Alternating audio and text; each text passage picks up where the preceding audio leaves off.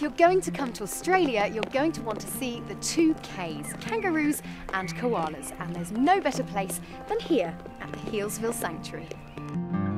Healesville is in the Yarra Valley, just east of Melbourne, and thanks to the natural bushland setting, you can get up close and personal with over 200 species of native animals, the largest collection of Australian wildlife in the world. It's also home to the Australian Wildlife Health Centre, which gives you a behind-the-scenes view of a real wildlife hospital. This little man, he's had a limp. He's had an anaesthetic. Fortunately, no broken bones, but unfortunately no obvious reason either. So it may be a little bit of rheumatism, although he's only about 11 months old. Well, Healesville Sanctuary has only native Australian animals, not like a lot of other zoos, so it's a great place for tourists who want to come and see our native animals up close and personal. We've got a whole range of animals here, from mammals to birds and reptiles. People feel that if they do get a chance to interact or get really close, they feel more attached to the animals, which we hope then they take that away with them and feel more strongly about helping people out. And helping the animals out in the wild and doing their part. We've got Milsom, the platypus here, and Milsom's a 5-year-old male platypus. He was hand raised here because he was accidentally dug up out of his burrow when he was a little fella. He was only about the size of your palm, fitting the palm of your hand, and he was hand raised here. So that's why he's actually sort of not too worried about being around people.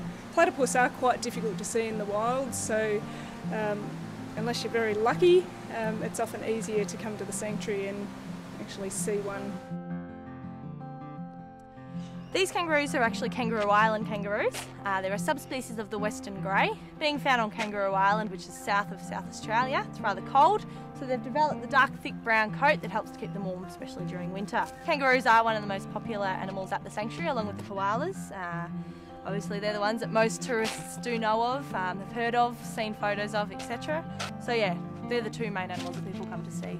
Tasmanian devils got their name from Europeans. When first settlers came over and convicts settled Tasmania, they started to hear all sorts of lovely sounds and screeches and screams from the bush. They heard them well before they got to see them, and what they thought they were hearing were demons and devils. They are threatened, or they are endangered at the moment. There's a lot of work being carried out on them in a captive situation, also out there in the wild as well with research, and Healesville Sanctuary is part of that. These guys are elfine dingoes, so they're found northern Victoria and New South Wales. They're very nervous, timid animals in the wild, much rather stay away from people. Unfortunately, a lot of areas people do feed them, which they then lose that nervousness of people, come into campsites, and that's when problems happen. They are wild animals, and even these guys, even though they're tame, they're not domesticated, they are still wild animals. Well, I'm joined now by Kelly and Ella. Ella's the koala, so Kelly, tell me about her. Ella came in at about 8 months.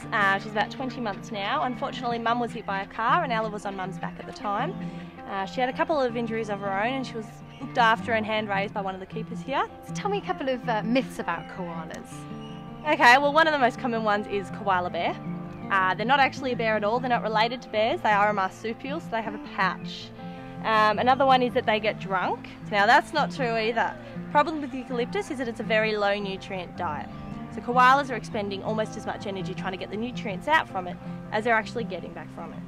So the reason they are so inactive is that they don't have the energy to do much more than that. Just really, really sleepy all the time. Exactly. Okay.